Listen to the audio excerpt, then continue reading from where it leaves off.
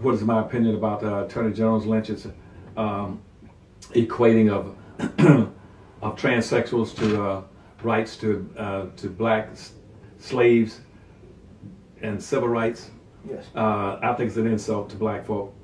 See, all throughout the history of this nation, everybody wants to be able to get any benefits that should have been going to black folk without having paid the bill for that.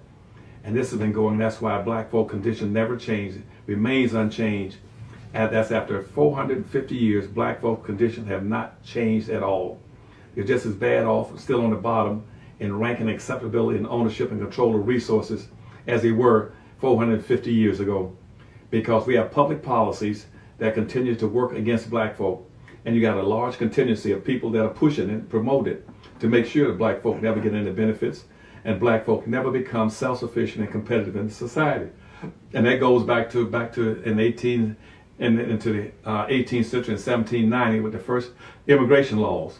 Black folk constitutionally were defined as being property, 3/5 of a human being, equal to a field animal, that they could never own anything and control anything, that they are to be meat for fodder, and that they set up immigration laws saying, asking immigrants from around the world to come to this country in a ranking order, in a descending order of acceptability, on skin color and also on religion and on culture, to come to this country and get benefits from what black folk produce.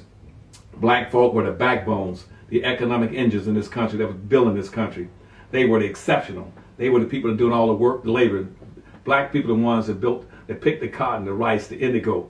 Black people are the ones that built the government businesses. Black people were the people that built the universities. They were the laboring class. And they invited immigrants to come to this country from all around the world. And they came here as freeloaders. It's sort of funny and ironic. You see all these whites on TV bragging about they're from Ireland, they're from Italy, they're from Europe, they're from here, they're from Asia, they're from wherever on this earth. Coming here and want to know how they came here and got ahead of black folk. It's very simple. They came here as freeloaders, because they can take advantage of handicapped black folk in this country. They knew black folk own and control less than 1/2 or 1% of anything of value. That's the first thing. And more importantly, as the best example, is that it's in the land maldistribution. This nation maldistributed over 1 billion acres of land into the hands of immigrants coming to this country from Europe and the Middle East and every place else. And all that land and benefits went into their hands, unearned benefits. They didn't come here and buy that land. They came in and got it free. Starting with George Washington example. George Washington got 100,000 acres of free land. Thomas Jefferson got over 100,000 acres of free land. Patrick Henry, who screamed about give me liberty, give me death, he got 65,000 acres of free land. Every white person coming to the country could get 650 acres of free land and get about another 150 acres of free land for every slave he owned. People that came here started businesses like railroads. We had about 12 to 20 railroad companies that started up. The government gave them 6 miles of free land on each side of the railroads across the United States, which came out to be something like about 23 million acres of free land. And later on that land went up in value. Then these railroad lines became multi-rich corporations that began to own mines and gold and silver and farms. All the whites that came here got all kind of free lands. You read on every day on TV about all these ranchers got 20 and 30,000 acre ranches out in the West, or farmers out West got all these large farms. You don't see any blacks out there with large farms and large ranches because they got their parents and ancestors got it free.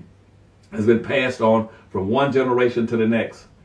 At birth, the average white child gets 87% of what he needs to compete at birth. The day he's born is what he needs is in his community, in his church, in his institution, in his family, in his community, and in his universe, and he can get it and make contact with it anytime he wants to benefit. Black folk are carrying the same problem, but in reverse. Black folk didn't inherit any land, couldn't get any land. They couldn't even get 40 acres of free land, and consequently they don't own anything. And all that land that whites picked up, with all the gold, silver, chrome, oil, magnesium, bauxite, everything that's on that land, has doubled and tripled in value every 20 years. That's why whites now own and control almost 100% of all this nation's wealth and power. We live in a nation of about $120 trillion of value, net worth. Black folk just barely own 1 trillion out of 120 trillion.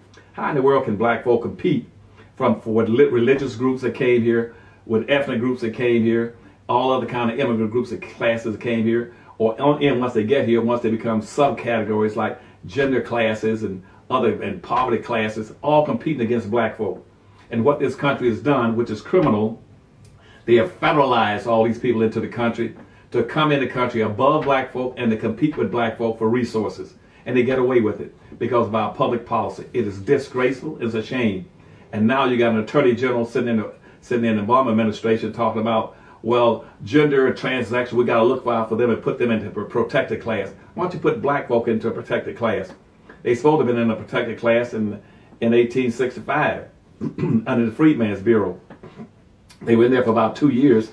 At that time, it was based on the stipulations that came out of the 13th Amendment, which says basically that every level of government was mandated to exercise all means and measures to lift the burdens and legacies of slavery off the shoulders of black folk. It didn't say anything about lifting it off of gays and transgenders and everybody else and people with ingrown toenails. It said off of black folk. And that came out of the 1857 Supreme Court decision, which says that black people in America, that a black man has no rights that a white man is bound to respect. Now, the 1857 Dred Scott decision that says no black man has any rights that a white person is bound to respect, it didn't say anything about genders or about women or about transsexuals or about gays or about Asians or about American Indians, about Arabs or Hispanics. It says the black man.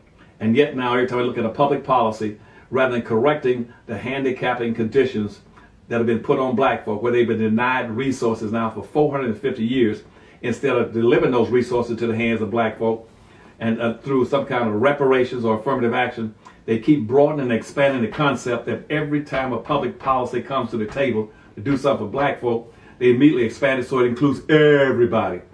And that way black folk get nothing.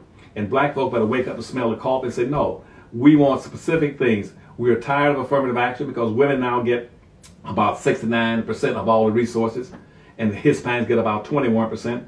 Blacks get practically nothing out of affirmative action. We're going to withdraw from affirmative action. Get out. Black folk need to get out of affirmative action and now start demanding reparations. Saying we're going back to the beginning. We want to be able to get resources just like everybody else. We still got about a little less than a billion acres of land in this country.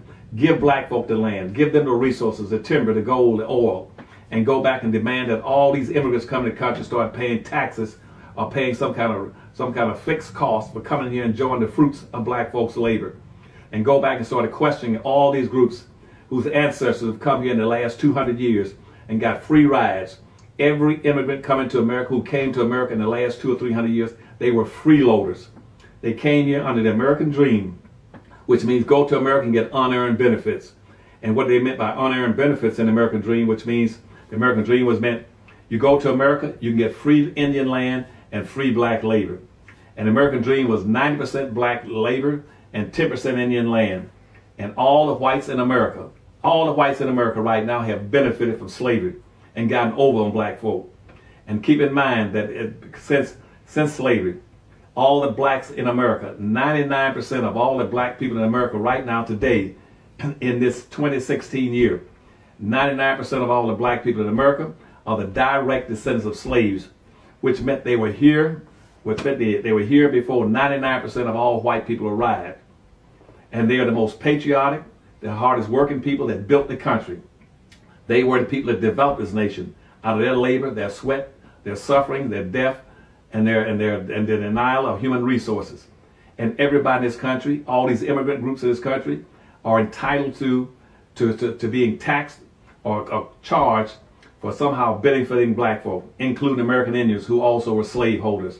Indians get put into a protected class. White women have been in a protected class since the 1860s. Indians went into a protected class in the 1800s. Black folk need to be put in a protected class. No protected class be set up for genders or for transsexuals, and the worst thing you do is try to pretend that somehow they're equal to black folk. Pretending that all these immigrants groups, these class groups, these fabricated groups like women, gays, midgets, humpbacks, physically disabled people are equal to black folk, that adds insult to injury to black folk. Because telling one of the biggest lies that was told, pretending that somehow all people in America have contributed equally to the development of this country. Nothing can be further from the truth. Black folk with a backbone, the engines that drove the development of this nation, they're entitled to be recognized, appreciated, and compensated for what they've done over 450 years. And I tell black folk all over the country, withdraw from affirmative action, move to reparations, and start demanding that you be compensated and that you get some of these free benefits, these unearned benefits that all these immigrants and whites from all these European countries and Asian Arab countries have been getting, and American Indians have been getting for 450 years.